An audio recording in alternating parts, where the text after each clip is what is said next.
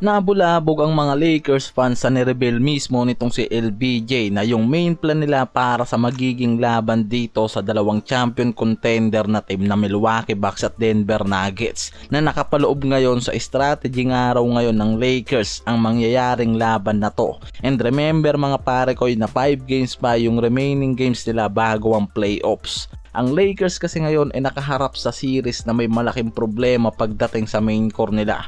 Maglalaro yung mga to kontra sa top 4 team ng Eastern na Bucks na wala si LBJ at wala yung main center nilang si Jackson Hayes at power forward na si Hachimura. Dahil mismong itong si DFS lang yung nare-report na makakabalik mula sa injury. At mismong ito naman si Luka yung gusto nilang bigyan ng chance na mag-step up at subukan yung kalidad nito sa pagiging team leader na dati niyang ginagawa sa former team niya na Dallas na mismong siya yung nagdala sa finals. Yan yung gustong ilabas ng Lakers sa superstar na si Luka. Kaya parang wala gaanong inaalala itong si LBJ ngaraw pagdating sa magiging takbo ng Lakers.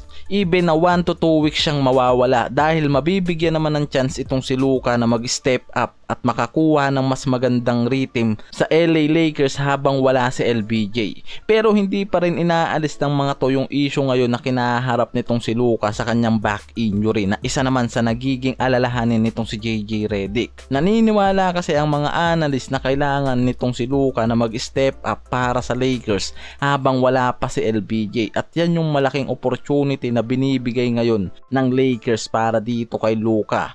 Na parang lumalabas nga ngayon nagpapaubaya na rin mismo itong si LBJ para mabigyan ng tsansa itong si Luka na magamit at mailabas nito yung pagiging team leader niya. Sa pagkatalo nila sa Brooklyn Nets nakapagtala ito ng 22 points, 12 rebounds, 12 assists and 2 steals while shooting 8 over 26 from the field and 3 out of 10 from the 3-point range in 41 minutes of playing time na literal nga na siya talaga yung binibigyan ng mahaba-habang playing minutes dyan ng Lakers. Nakita naman ng mga analyst na hindi pa nga raw ganun kakomportable sa team ng Lakers itong si Luka at di pa masasabi na kaya nitong i-manage sa mabigat na sitwasyon ang team ng Lakers.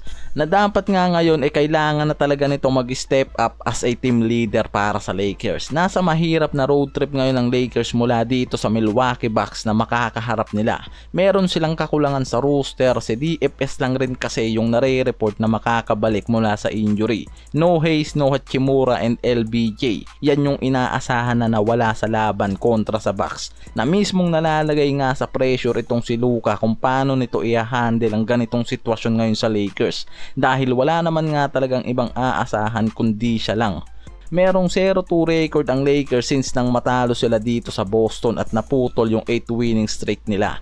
Ang Bucks naman ngayon merong incentive sa game kontra sa Lakers dahil nasa kanila ngayon itong former head coach na si Darvin Ham na alam yung sistema na tumatakbo dito sa Lakers. At walang Bobby Portis sa lineup dahil nasa 25 game suspension ito. Pero kita pa rin nga raw dyan yung malaking advantage nitong Bucks sa mangyayaring laban na yan. Dahil malaki yung kakulangan nitong Lakers pagdating sa mga key players. Asip naman nga na mag-step up yung dalawang sentro nila tulad nga nitong si Alec Lenz at Trey Hemison na hindi nga nila gaanong napapakinabangan sa roster.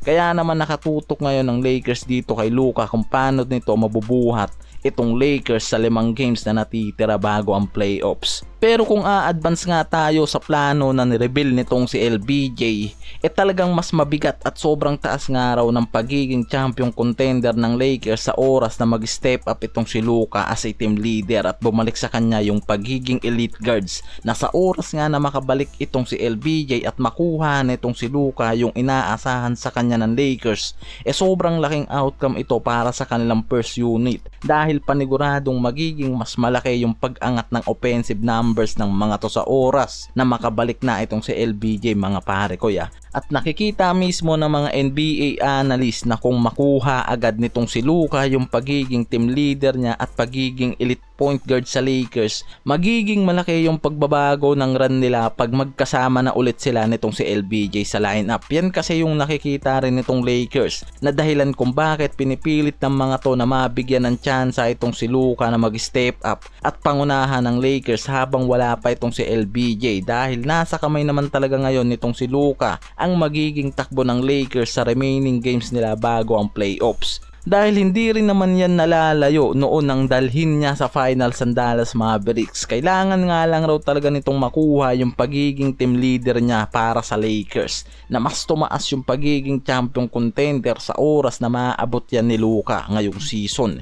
And paalala ko lang mga pare ko, dalawang superstar ngayon ang hawak na yan ng Lakers, na mismong nakikitang rason ng mga NBA analyst kung bakit kahit na nasa problema ngayon itong Lakers pagdating sa position mataas pa rin yung tingin nila sa magiging takbo ng mga to sa playoffs na mangyayari.